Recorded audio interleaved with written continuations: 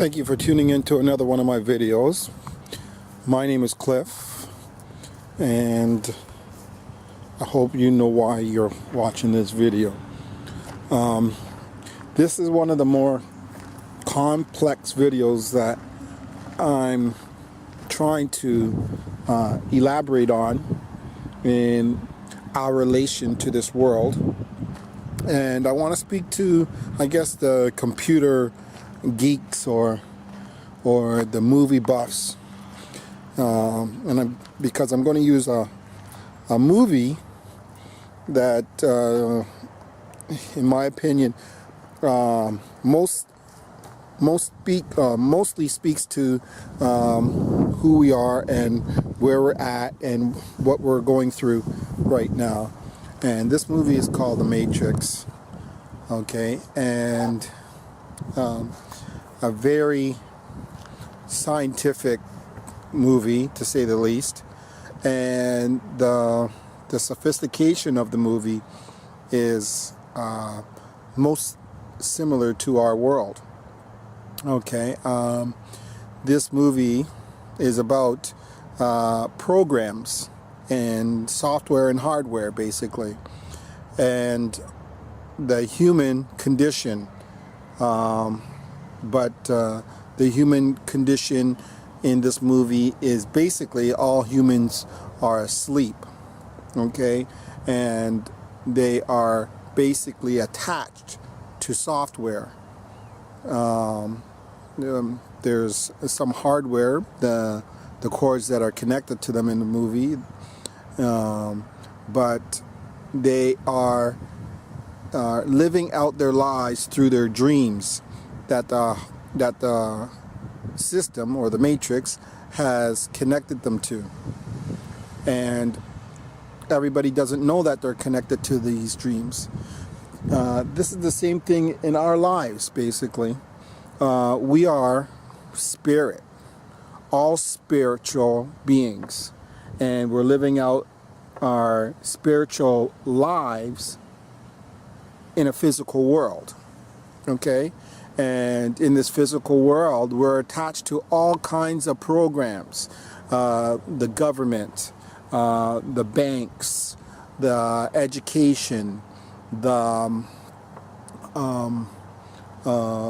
business, corporations, and corporations on top of corporations. The largest corporation would be the stock market, or maybe even higher than that, it would be the banking infrastructure.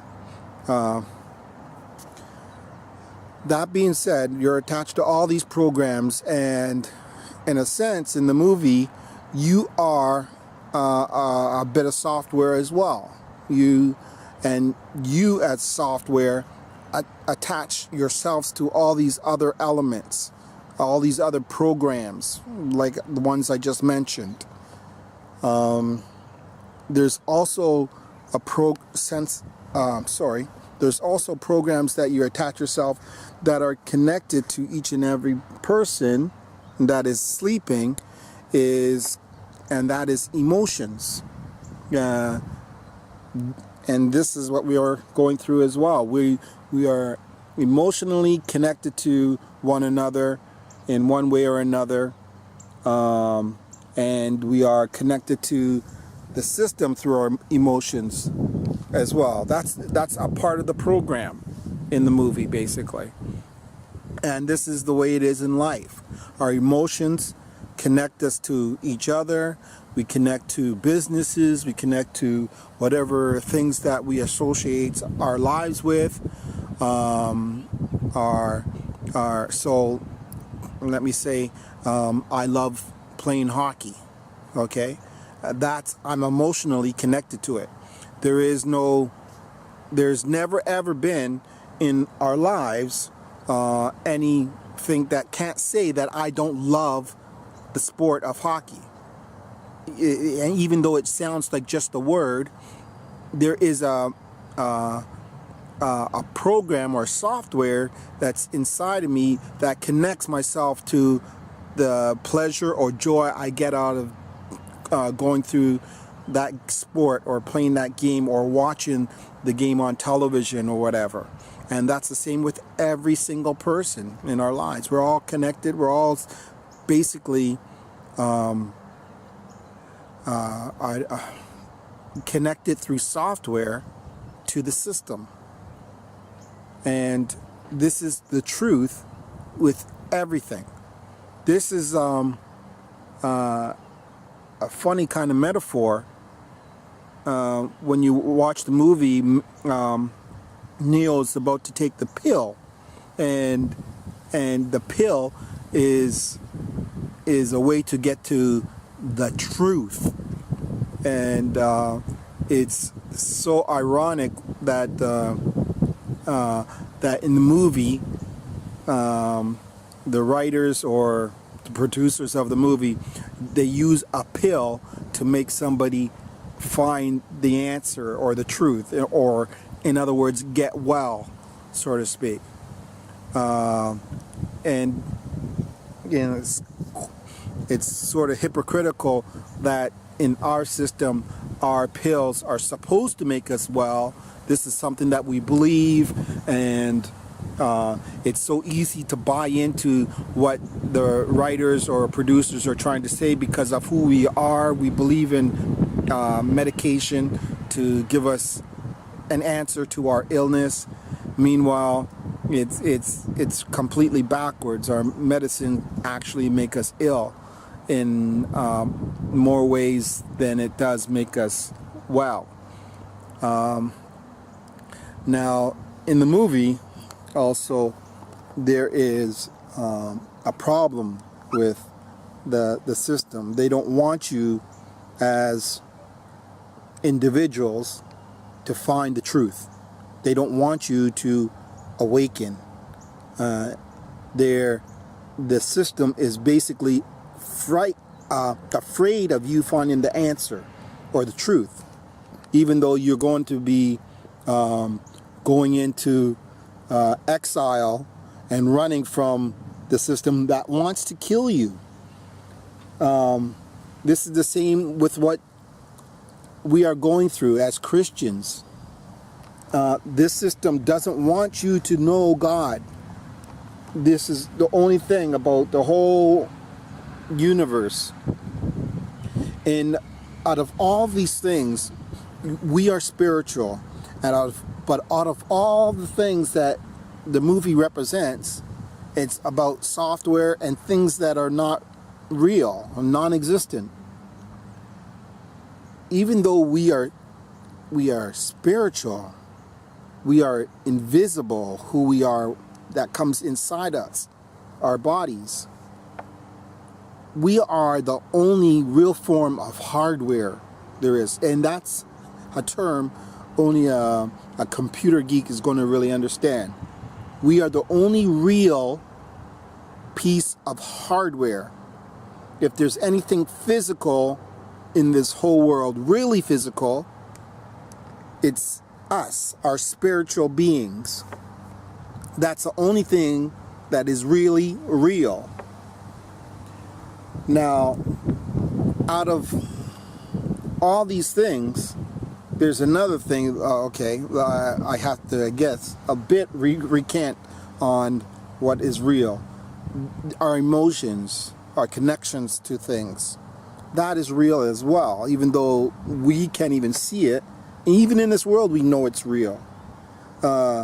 If somebody's angry or upset or loves something, we believe and we know these emotions are so real. Even though they transform, they're just transformation of energy. But the most real of all emotion and the most powerful of all emotion is love. Is love. And this is what you have to get. There's love that you're missing. The truth of this love is what you're missing. God is true love. And he wants, actually, he demands this love to be returned. But God has been patient with us all this time. But the patience will not last forever. And this is what we are at according to Scripture. His anger is coming. God never ever hid who he was or who he is from us. Satan does this. And I don't know why it seems like Satan is winning this battle. I guess that's the way God wanted it. It's written there for us to see in black and white.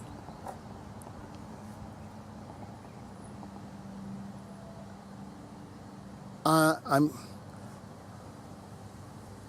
grace. We are only called by his grace.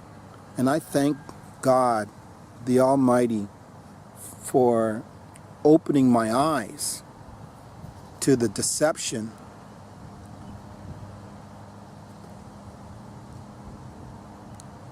I hope and pray that what I'm doing is enough to please God, the Almighty, because I've been given this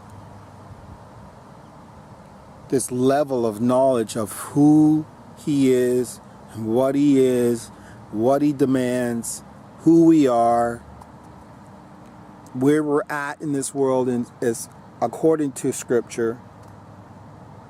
It's late. It's very late. The last days are approaching quickly. And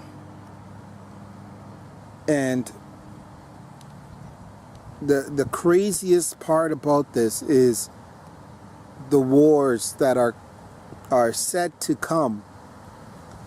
Jesus said they must come. So once this thing starts and gets way out of hand,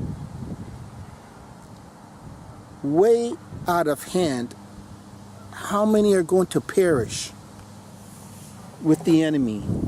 I want to read this. Just brings to me a piece of Scripture that I should address you to. I don't even know where it is in the book, but I'm going to take a snap and I'm going to read it to you.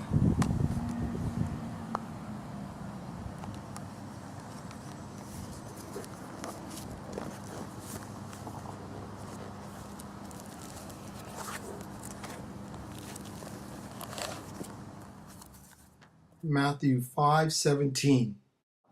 Do not think that I came to destroy the law or the prophets. I did not come to destroy, but to fulfill. For surely I say to you, till heaven and earth pass away, one jot or one tittle will by no means pass from the law till all is fulfilled.